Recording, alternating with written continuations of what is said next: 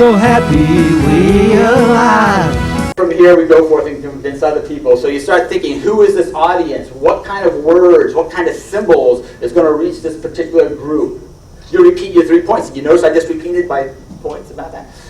And so I do it myself. And then you take advantage of the opportunities when they come up. And for example, I did my little pitch. Oaksterdam News, you know, we are not a traditional corporate news media. We're an advocacy press that wants to get your message out to people who are interested in reading your message. And so, why didn't I get an article from any of you guys? We want to hear from you. Go to the online websites, look for talk radio, go for blogs. Anywhere you can get your words out there, get them out there, but sharpen those words before you do it. And close with your strongest argument. And in this case, of course, this is America, so it's got to be good for America, and God bless America. And it's good for you, because you're the person who's got to go out and do something. Okay, and lastly, of course, join us, because together is the way that we make the difference. And so in conclusion, I just say, keep spreading the word. Look, listen, and learn. We learn from our allies, but we also learn from our enemies. If there's one thing you can learn from Karl Rove, is to watch everything that he says and everything that he does and turn it around to our advantage, because this guy is like the evil genius of our hero. And also, don't be afraid to say and make a mistake, because once you get a negative reaction to something you said, that's what it will take for you to go back and say, now, how could I have said that in a way that would have resonated with them? I love that word, Marcia. Okay, so thank you all. Glad to be here. And keep up the fight.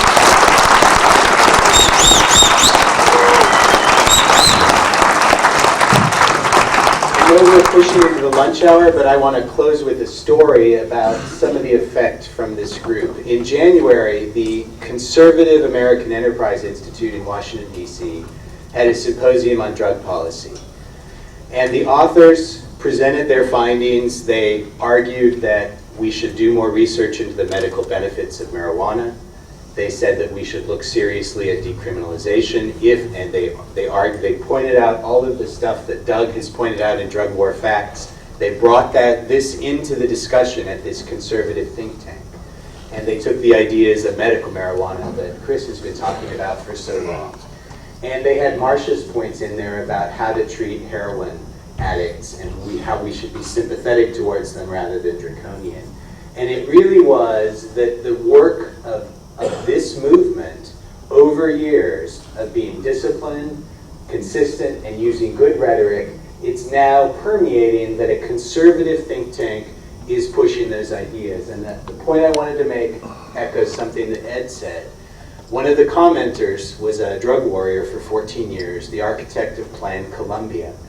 And when it was his turn to comment on this presentation, he said, you know, the authors, what they have written here, all of the words are exactly right. But what they don't understand is politics. And the politics in Washington are about money, and the money flows to law enforcement, and no elected official has ever gotten unelected for getting more money for law enforcement. So here was a guy from the inside, architect of the drug war, really bringing the same message that Ed brought. But to me, there's hope in this, because the work of Marcia, of Doug, of Chris, of so many, is really making a difference. So thank you very much. We're adjourned until 2:30.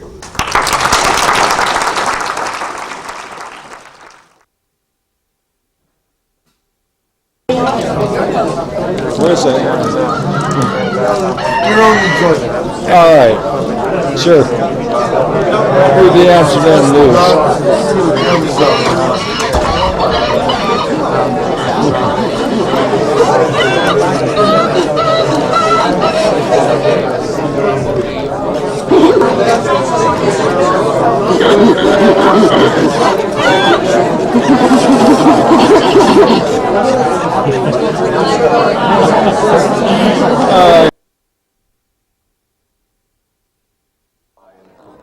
Good evening. Welcome to Louisville Late Night.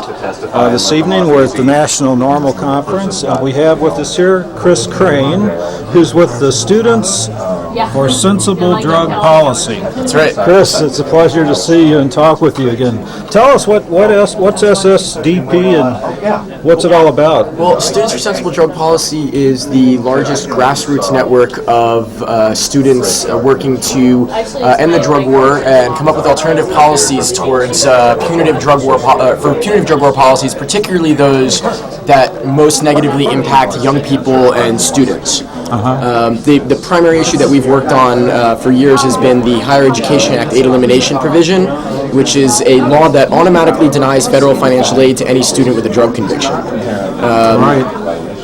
So we've been working to get that law repealed. We actually just got Congress to scale it back about 2 months ago so that it no longer applies retroactively. Now it only applies to students who are receiving aid at the time of their conviction. We think that's good progress, but we're determined to have the law removed from the books altogether.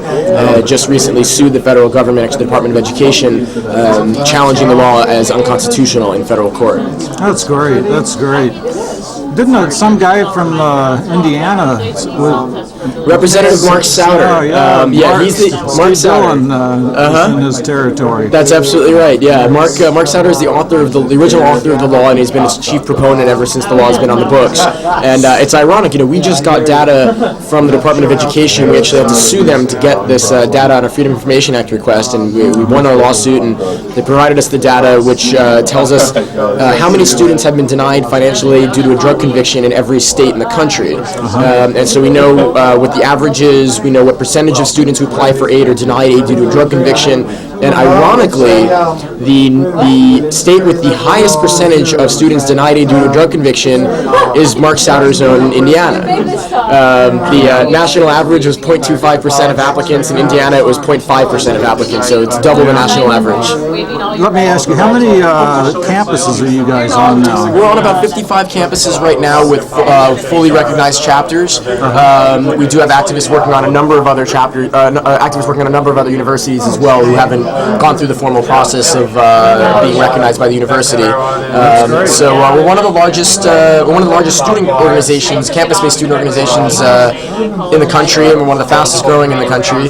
Are you becoming international students? It's funny that you should mention that. Actually, our outreach director just spent the last week and a half up in Montreal in advance of a DEA summit up there, and he's organizing college students in Montreal right now, or just finished organizing college students in Montreal. So we're likely to have 2 or 3 chapters in Montreal, and we've got students starting up chapters at University of British Columbia and I believe University of Ottawa. So we're going to actually have a Canada SSDP likely up and running by the end of the year. Fantastic, fantastic. Well, it's really great to meet you, and I hope to talk with you again before this is over. Absolutely. Thanks for having me on the show, and have a happy 420.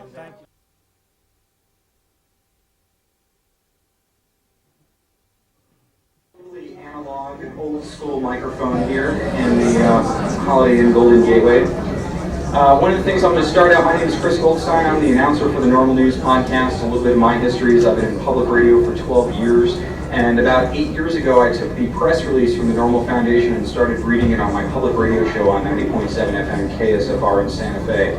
Public radio is one of those things where you don't really need Nielsen or Arbitron ratings. You can just sort of tell when people donate money what's popular. And when I started doing normal news on my programming, people started donating like there was no tomorrow, and they started thanking me. And a lot of different people started calling into the show and thanking me, saying, thank you for running normal news. Thanks for having it here in Santa Fe. They were astounded that marijuana information from the Normal Foundation was actually on FM radio. And that was a shock to me. So I started trying to get other stations to play normal news, and it wasn't so easy. I now have a new format, which is called Marijuana Policy This Week. Non-commercial stations don't like to call things news unless it's their news department. So I created Marijuana Policy This Week. More non-commercial stations are picking that up. There are 4 non-commercial stations carrying it, 14 low-power FMs, and 12 internet stations. So you can catch Marijuana Policy This Week, which is short. It's about 4 minutes long. It's a 1-story read of the normal press release every week.